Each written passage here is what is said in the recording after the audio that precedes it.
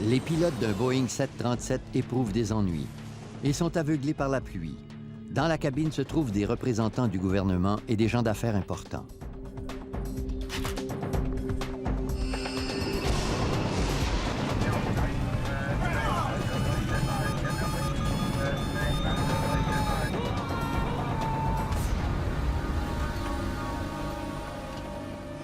L'écrasement de l'appareil IFO-21 secoue le monde entier. S'agit-il d'un acte de guerre? La Maison-Blanche veut des réponses. Il ne s'agissait pas d'un vol ordinaire, mais bien d'un appareil militaire avec des politiciens américains à bord. L'enquête s'étendra jusqu'au plus haut niveau des forces aériennes américaines.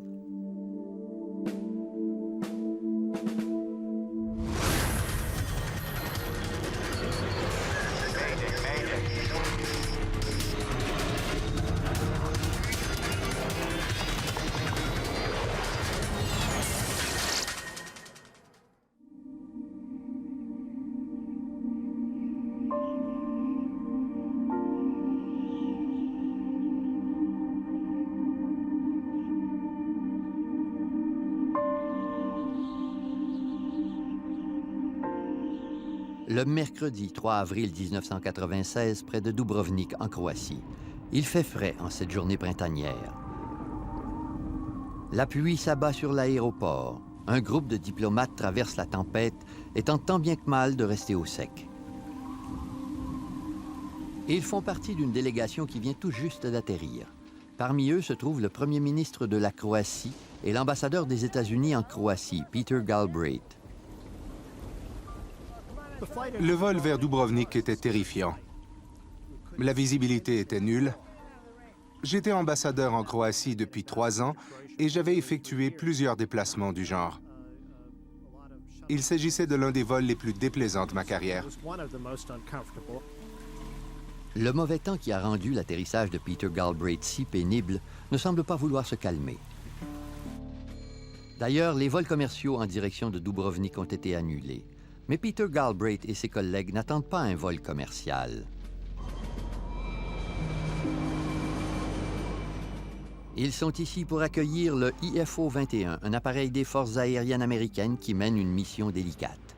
L'avion est un Boeing 737 conçu pour transporter des passagers importants un peu partout dans le monde.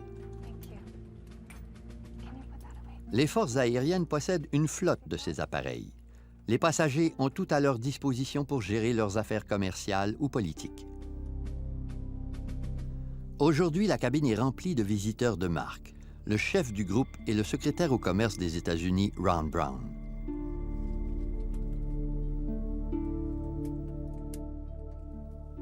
Ron Brown était un homme décontracté et très intelligent, qui faisait partie de l'élite de Washington. Ses compétences étaient de taille. Ron Brown est le premier secrétaire au commerce afro-américain des États-Unis.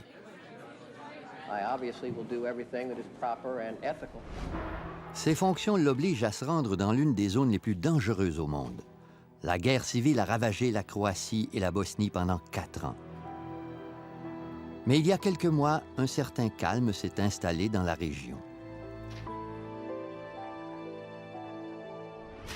Le secrétaire au commerce a la tâche d'aider la région à reconstruire son économie.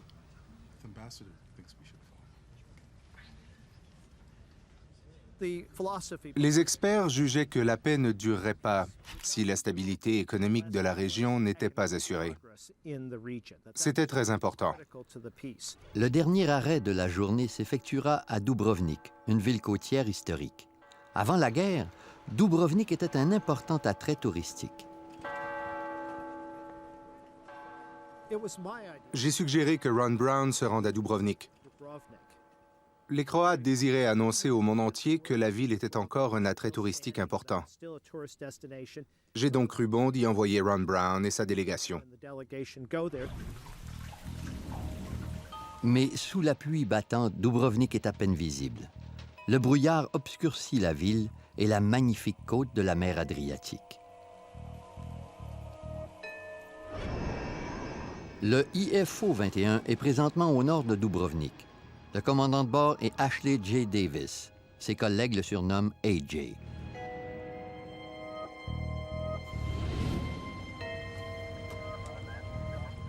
Departure, IFO 21. IFO 21. Il est 14 heures. A.J. Davis et son équipe travaillent depuis tôt ce matin. La cabine de l'appareil est luxueuse, mais le poste de pilotage est identique à celui d'un Boeing 737 ordinaire. A.J. Davis a grandi à Bâton Rouge, en Louisiane. Garçon, il rêvait d'être pilote. Son rêve est devenu réalité et il a participé à plusieurs missions militaires américaines. Il a piloté, entre autres, des avions-citernes dans la région du Golfe Persique. Maintenant, il pilote des avions transportant des diplomates et des représentants officiels partout à travers le monde. Il travaille beaucoup et est souvent séparé de son épouse et de ses 2 enfants qui habitent en Allemagne à la base militaire américaine de Ramstein. Selon les grades des forces aériennes, Shelley Kelly est sergente technique. Aujourd'hui, elle agit comme agente de bord et s'occupe des besoins des passagers.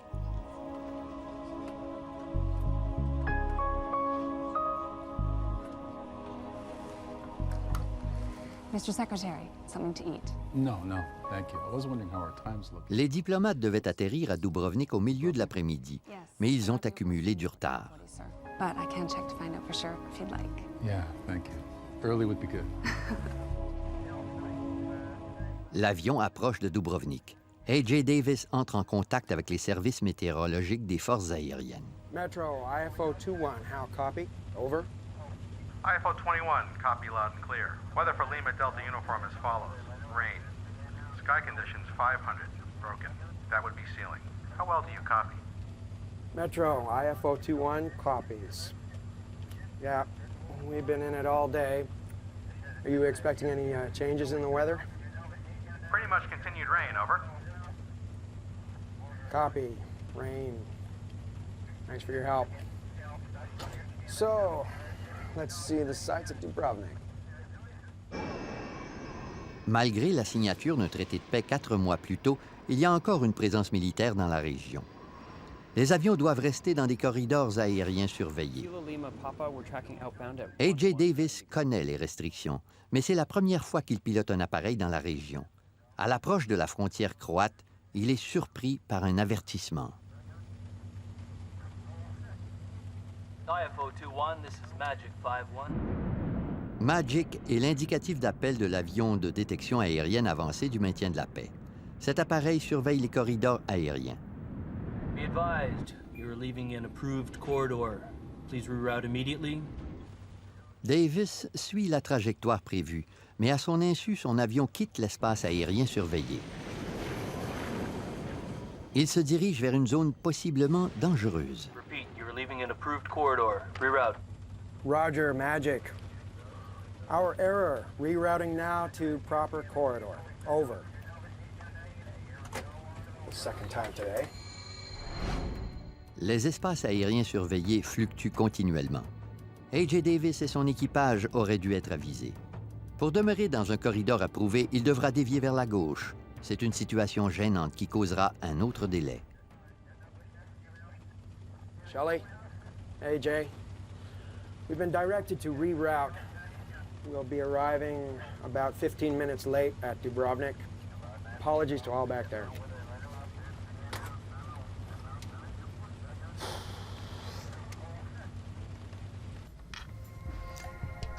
Ladies and gentlemen, could I have your attention, please? Unfortunately, there will be a slight delay on our arrival into Dubrovnik.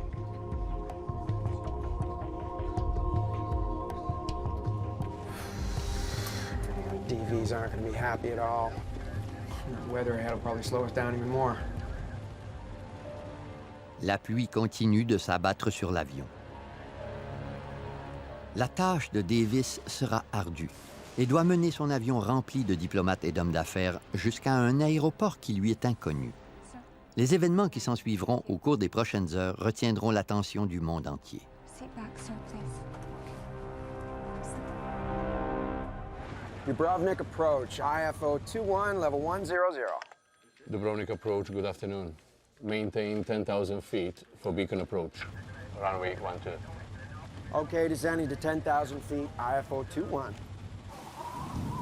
Le temps est si mauvais que tous les vols commerciaux ont été annulés. Or, ce n'est pas que la météo qui inquiète l'équipage.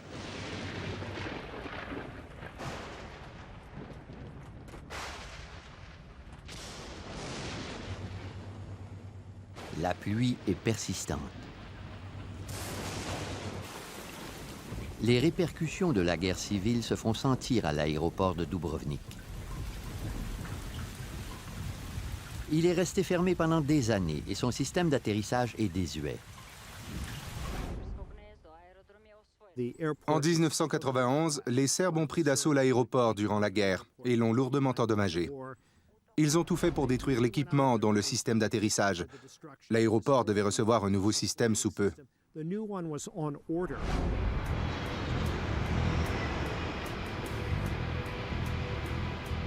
Les aéroports du monde entier profitent d'une technologie avancée pour aider les avions à atterrir et à décoller. Un radar Doppler surveille les tempêtes imminentes. Une trajectoire de descente aide les pilotes à stabiliser l'appareil avant d'atterrir.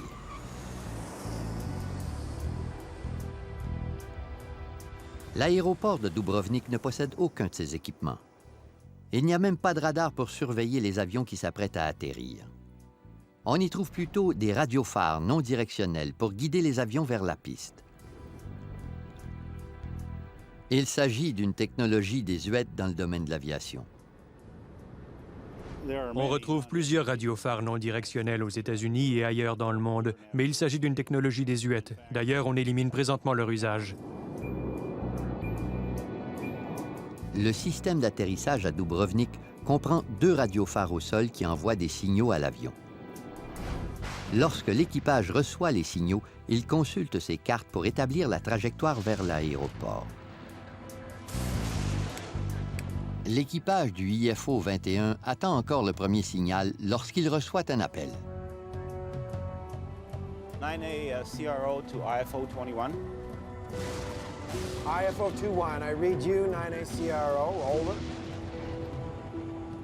L'avion dans lequel se trouvait l'ambassadeur Peter Galbraith a atterri plus tôt à Dubrovnik.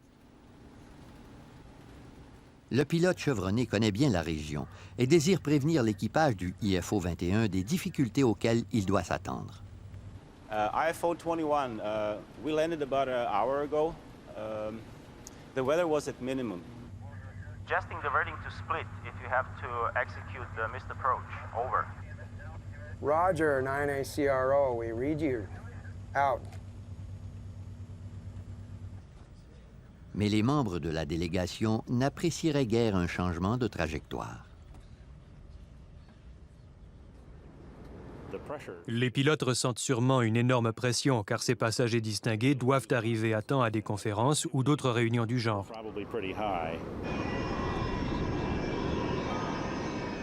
Alors qu'il approche de l'aéroport, Davis reçoit un autre appel du contrôleur de Dubrovnik. IFO 21, report level. IFO 21, 5,000. IFO 21, Roger. Descend to 4,000. Report Kilo Lima Papa. Down to 4,000, IFO 21.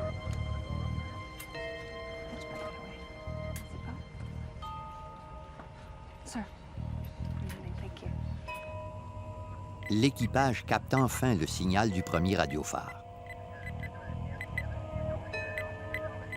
AH, at Kilo Lima Papa, we're tracking outbound at 119 degrees. 119 confirmed.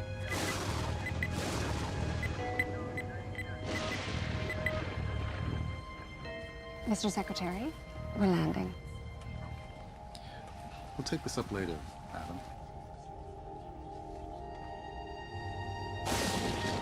It's not very broken up down there. I can't see through it. Tim? L'équipage ne peut voir le sol à travers les nuages. Il doit faire confiance à ses instruments de bord. IFO 21. Sir, we are inside the locator, inbound. IFO 21, Roger. Cleared for beacon approach. Runway is wet. IFO 21. L'appareil est à moins de 12 km de l'aéroport.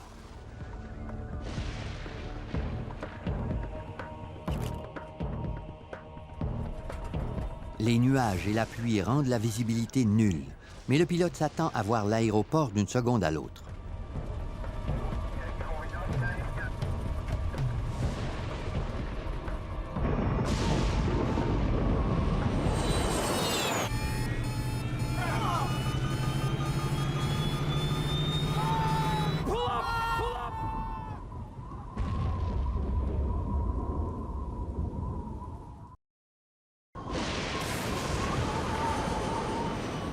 En avril 1996, un appareil des forces aériennes américaines se dirige vers l'aéroport de Dubrovnik, en Croatie.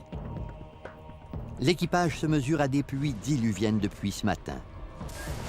À bord de l'appareil se trouvent des politiciens et des gens d'affaires.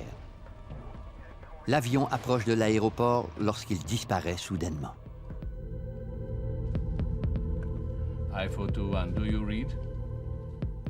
Peu avant 15 heures, le contrôleur aérien de Dubrovnik perd toute trace du IFO-21. I-421, Dubrovnik approach, do you read? I-421, do you read? Sans un radar, impossible de repérer l'appareil. Le pilote se dirige peut-être vers un autre aéroport. I-421, do you read? Mais les minutes s'écoulent et on n'a toujours pas de nouvelles de l'appareil. Le contrôleur aérien de Dubrovnik ne prend aucun risque. Initiate emergency procedures.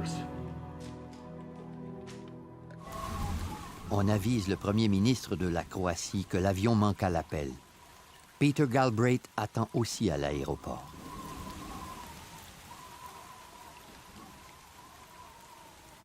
Selon ma propre expérience, quelques heures plus tôt, je savais que l'atterrissage serait difficile.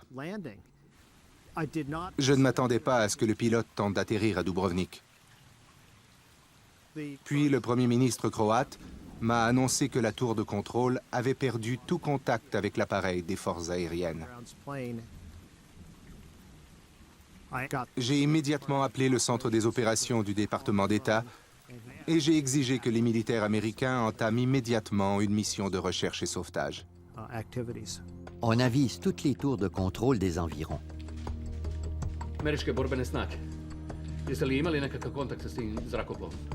Mais aucune d'entre elles n'est entrée en contact avec l'avion des forces aériennes américaines. La mission de recherche et sauvetage se penche sur l'approche de l'avion vers l'aéroport. Peut-être l'avion s'est-il écrasé dans la mer Adriatique. J'étais à environ 160 km de là, à Brindisi, en Italie. On a envoyé 2 hélicoptères MA-53 ainsi que du personnel de la force aérienne tactique à Dubrovnik. L'appareil manque à l'appel depuis des heures. Les conditions météorologiques s'aggravent.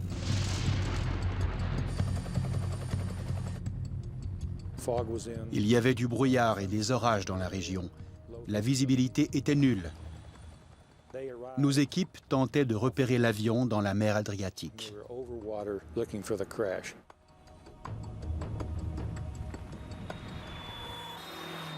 Plusieurs heures après la disparition de l'appareil, les policiers reçoivent un appel. Un villageois a aperçu quelque chose sur une montagne près de chez lui, loin de la côte où l'on effectue les recherches.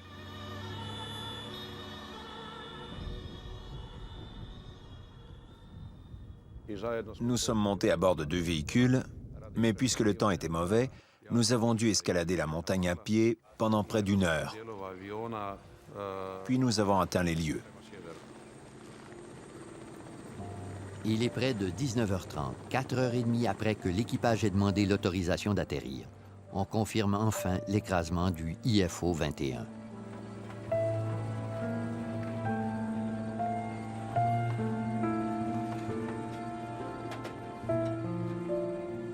La nouvelle se rend rapidement jusqu'aux États-Unis. The crash site has been reached by Croatian police, and I've just received word that there's also a Croatian doctor on the scene. Seule la queue de l'appareil est intacte. Les débris et les corps des victimes jonchent la montagne. Nous escaladions les rochers et nous craignions de piétiner les corps. C'était une expérience extrêmement pénible. Jamais je ne l'oublierai.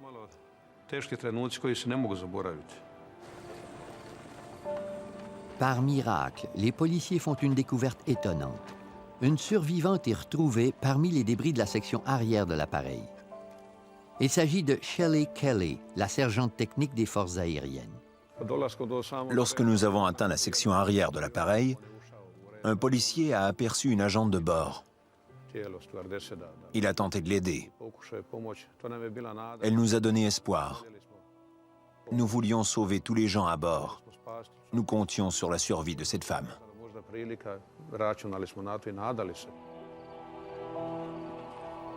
Malgré la noirceur, les policiers constatent que Shelley Kelly a besoin de soins immédiats pour survivre. Il n'y avait personne pour lui porter assistance. J'ai immédiatement appelé le poste de police centrale à Dubrovnik pour leur confirmer l'endroit précis de l'accident. Il faisait déjà noir.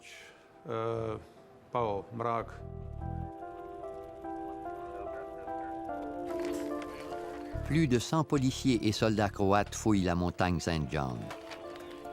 Les militaires américains les joindront sous peu. Le commandant Mike Canavan est responsable de la mission de sauvetage américaine. J'ai croisé un major croate. Il allait nous guider jusqu'au sommet de la montagne. Il a aussi mentionné que plusieurs champs de mines se trouvaient sur notre chemin. Il lui faut près de 2 heures pour atteindre les lieux de l'accident. Nous marchions depuis un certain temps. Il faisait très noir. Puis, j'ai aperçu un objet au sol. En le regardant de plus près, j'ai constaté que c'était un moteur d'avion. Le mauvais temps empêche les hélicoptères d'atterrir sur la montagne. Mais les secours ne peuvent attendre le beau temps.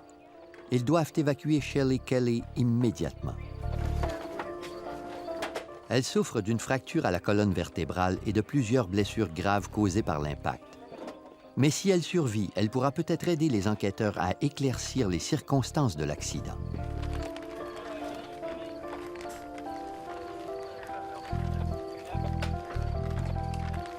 On emmène Shelley Kelly à l'hôpital. Pendant ce temps, les secours cherchent d'autres survivants.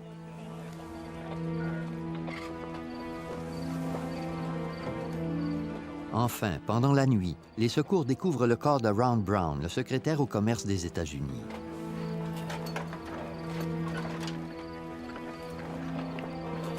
Les fouilles continuent, mais il n'y a aucun survivant sur la montagne. A.J. Davis et son équipage sont probablement morts sur le coup. Tous les membres de la délégation sont décédés.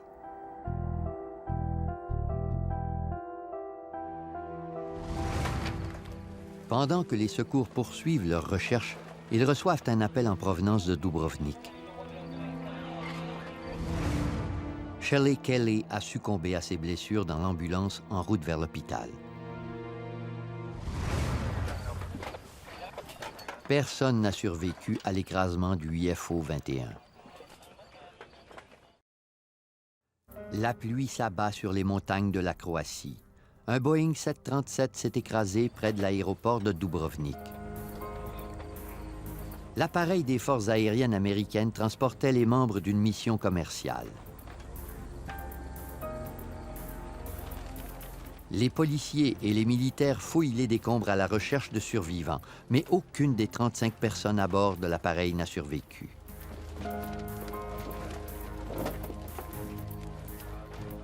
Ron Brown, le secrétaire au commerce des États-Unis, a aussi péri dans l'accident. Dans la noirceur, les sauveteurs doivent maintenant s'attaquer à une nouvelle tâche. Mike Canavan est commandant au sein des opérations spéciales américaines. Lorsque nous avons constaté qu'il n'y avait aucun survivant, notre mission a changé. On n'avait personne à sauver. Il fallait récupérer les dépouilles.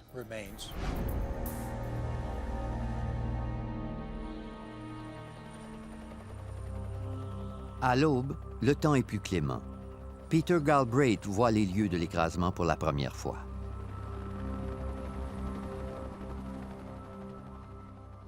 On a marché jusqu'au sommet, le temps était un peu plus clément. Puis j'ai aperçu la queue de l'appareil. Il y avait des débris partout. De l'autre côté de la montagne se trouvaient les corps. Rien n'est plus horrible qu'un écrasement d'avion. Mon équipe, sur la montagne et à Dubrovnik, a accompli sa mission en respectant la dignité des victimes. Toute l'équipe a fait un travail remarquable.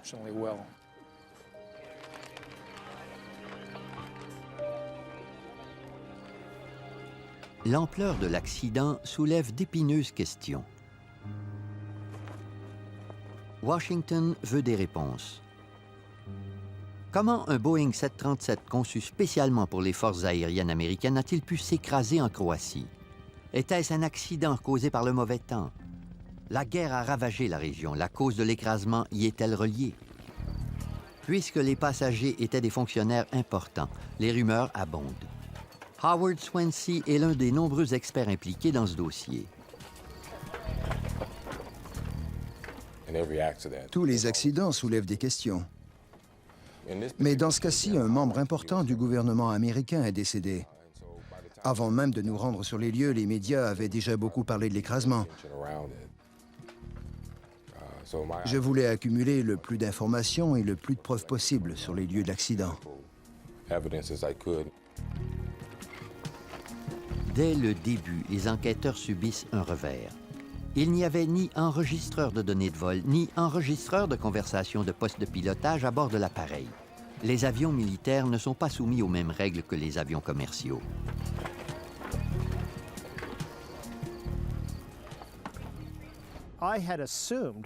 Je tenais pour acquis que les appareils des forces aériennes respectaient des normes de sécurité plus strictes que celles des avions commerciaux. J'étais étonné d'apprendre qu'il s'agissait plutôt du contraire.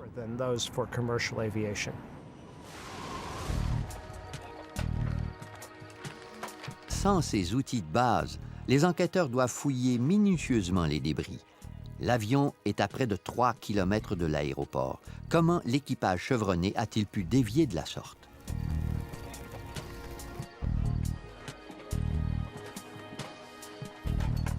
Pendant que Howard Swansea fouille les débris, Nelson Sponheimer analyse d'autres preuves. Expert en navigation aérienne, il reconstitue les dernières minutes du IFO 21. Pour retracer ces derniers moments, il se fie aux données de l'avion radar des forces aériennes des États-Unis qui patrouillaient la région. IFO 21, this is Magic 51. Be advised, you're leaving an approved corridor. Please reroute immediately.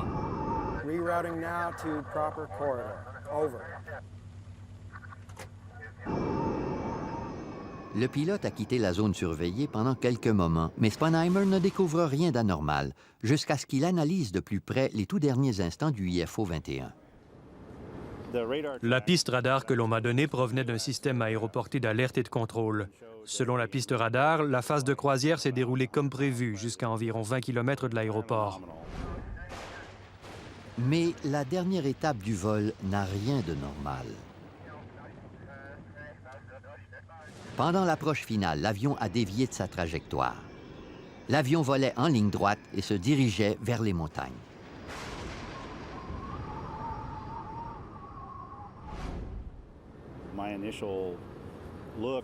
Au début, j'ai décelé une erreur de relèvement de 7 degrés pendant l'approche finale.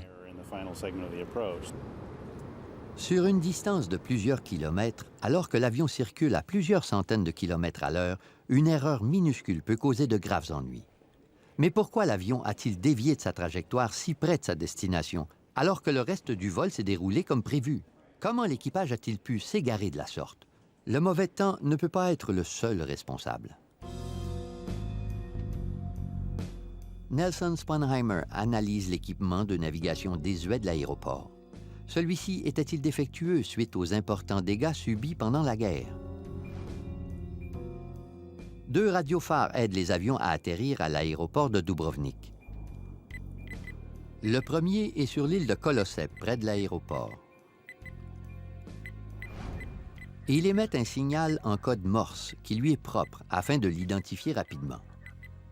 Les pilotes n'ont qu'à suivre la trajectoire sur leur carte d'atterrissage lorsqu'ils entendent ce signal pour atteindre l'aéroport. Le deuxième radiophare est à l'aéroport. Il agit comme système de secours. Si les pilotes entendent son signal avant de voir l'aéroport, ils doivent interrompre leur approche et tenter d'atterrir de nouveau lors de leur prochaine approche. Nelson Sponheimer doute que les radiophares aient joué un rôle dans l'écrasement. Selon des tests effectués quelques jours après l'écrasement, les radiophares non directionnels fonctionnaient bien. Les enquêteurs découvriront sous peu que les ennuis n'ont pas commencé au sol, mais plutôt à bord de l'appareil. Ils mettent la main sur un morceau important du casse-tête, l'ADF de l'appareil, le radiocompas automatique. Il semble fonctionner, mais il n'y en a qu'un seul à bord. Pour atterrir sans ennui à Dubrovnik, 2 ADF sont nécessaires.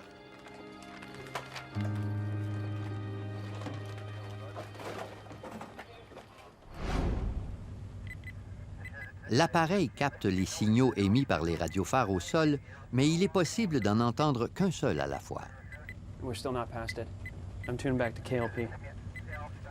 Avec un seul ADF, l'équipage peut entendre soit le radiophare sur l'île qui le dirige vers sa destination, soit celui de l'aéroport grâce auquel il peut savoir s'il l'a dépassé.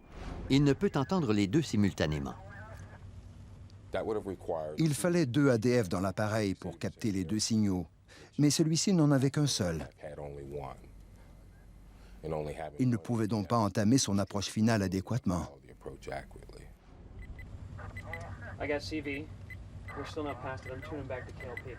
En changeant de fréquence rapidement, il est possible d'utiliser un seul ADF pour capter 2 signaux, mais cette démarche ne fait que compliquer un atterrissage déjà ardu.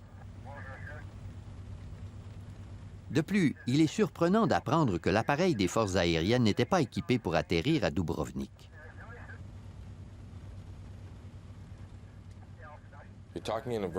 L'équipage avait très peu de temps pour effectuer son approche.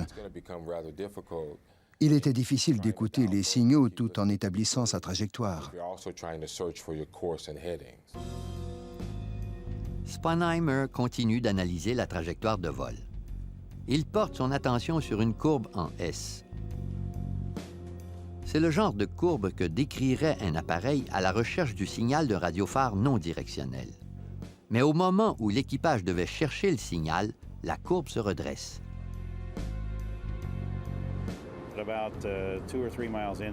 La trajectoire de vol pendant les 13 derniers kilomètres est en ligne droite. L'équipe semble ne plus faire confiance au système de navigation désuet.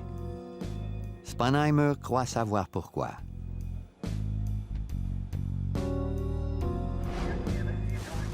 L'équipage devait affronter une pluie battante tout en cherchant le signal du radiophare. Sponheimer croit qu'il a choisi un moyen encore plus désuet pour repérer la piste, l'INS, le système de navigation par inertie.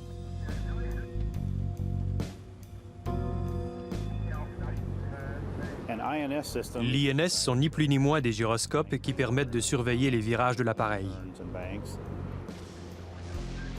Après avoir pénétré une zone géographique particulière en début de vol, le système de navigation par inertie surveille tous les virages de l'avion. Il s'agit d'un circuit autonome qui risque cependant de causer de graves ennuis. Si les gyroscopes ne calculent pas précisément chaque mouvement de l'appareil, le pilote risque de dévier de sa trajectoire.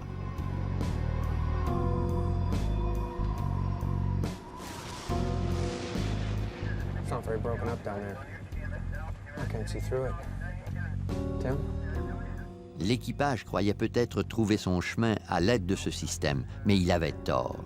Le système a peut-être nui à leurs efforts. Je crois que l'avion s'est éloigné de l'aéroport à cause de la dérive INS.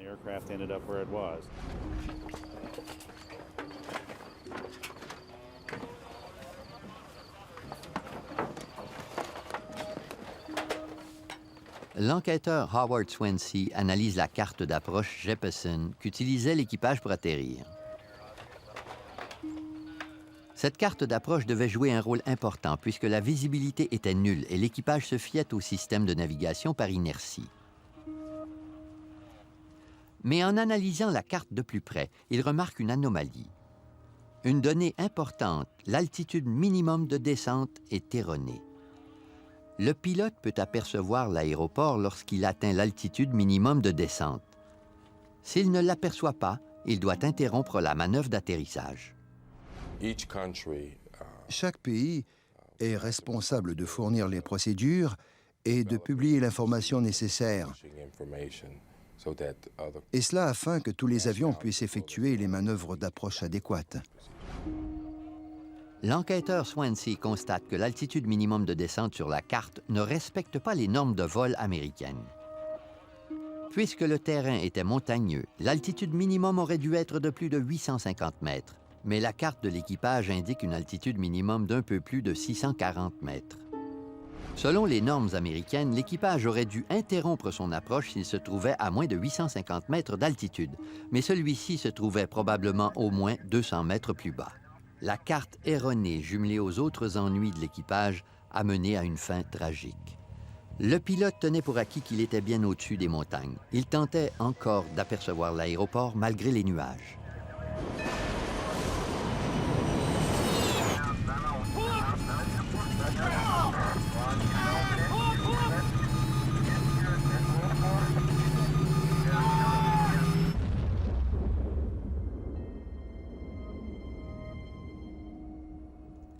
Mais pourquoi l'avion militaire n'avait-il pas l'équipement nécessaire pour atterrir à Dubrovnik?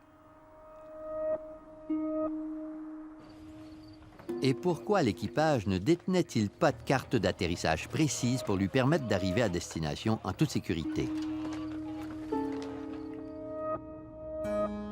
Les réponses se trouvent sur une base militaire américaine en Allemagne. Les membres les plus haut placés des forces aériennes sont maintenant sur la sellette.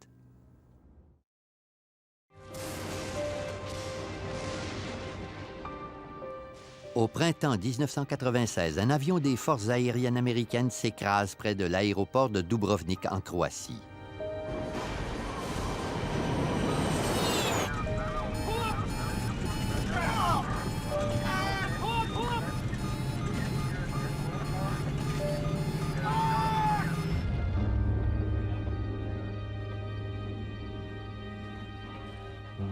Les 35 personnes à bord du IFO-21 périssent.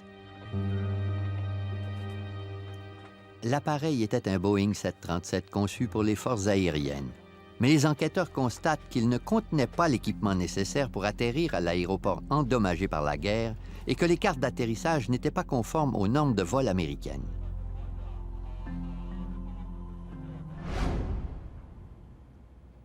Pour comprendre pourquoi l'équipage tentait d'atterrir en des circonstances si dangereuses, les enquêteurs interrogent le colonel John Mazurowski, le commandant de groupe de l'escadre aérienne responsable du vol.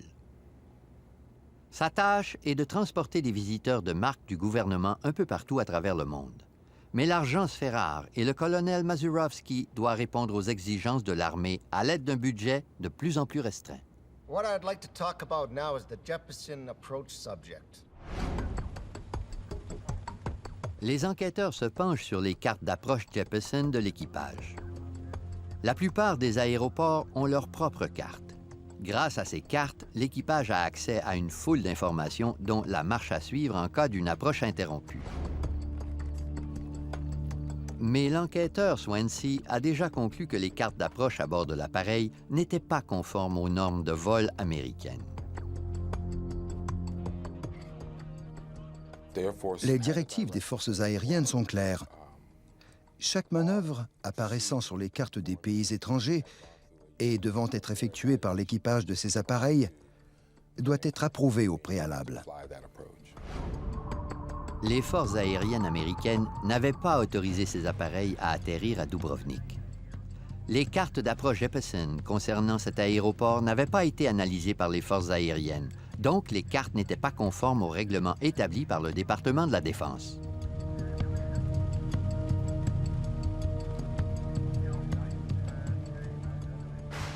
Le colonel Mazurovsky craignait nuire à ses missions s'il se contentait d'atterrir à des aéroports approuvés.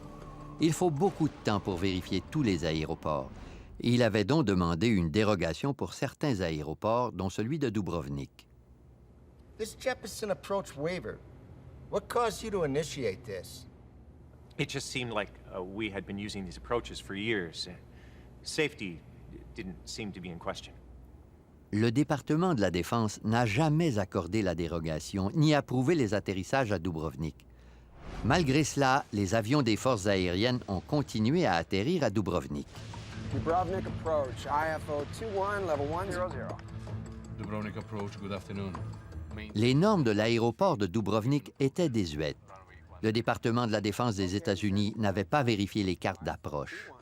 Malgré tout, des membres haut gradés des forces aériennes ont permis les atterrissages à Dubrovnik et à d'autres aéroports non approuvés. In fact, none of them have been approved in this time frame. Not to my knowledge, sir. No.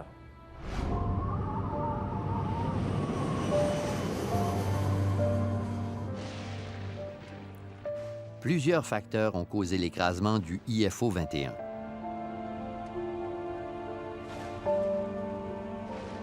Dubrovnik approach, IFO 21, level 100.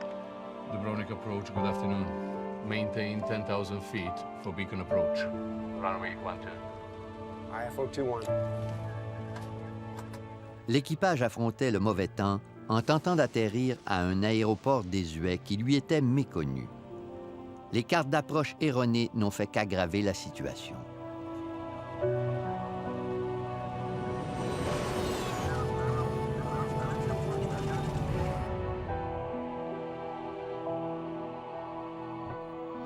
Après avoir interrogé près de 150 personnes, les enquêteurs publient un rapport final de plus de 7000 pages sur la tragédie.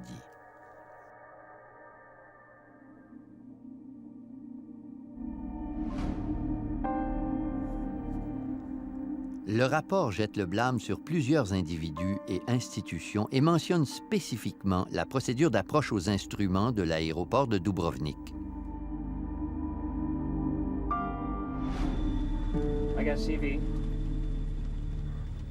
Selon les enquêteurs, A.J. Davis et son équipage ont commis plusieurs erreurs de pilotage.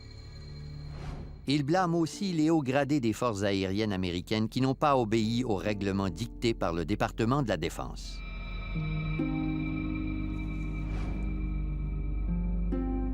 Suite au rapport, 2 membres haut placés des forces aériennes sont congédiés.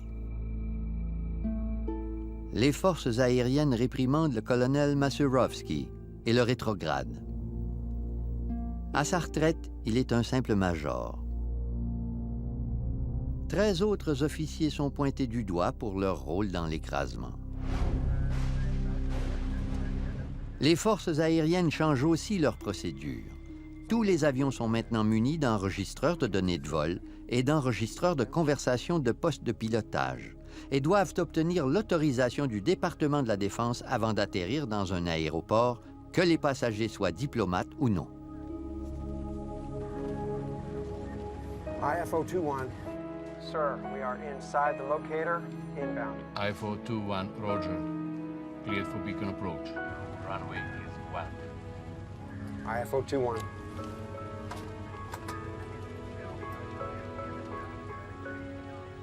Le commandement des forces aériennes est tenu responsable de l'accident, mais ce sont le pilote, l'équipage et les passagers du IFO 21 qui ont payé le prix de la négligence du commandement de la 86e escadre aérienne.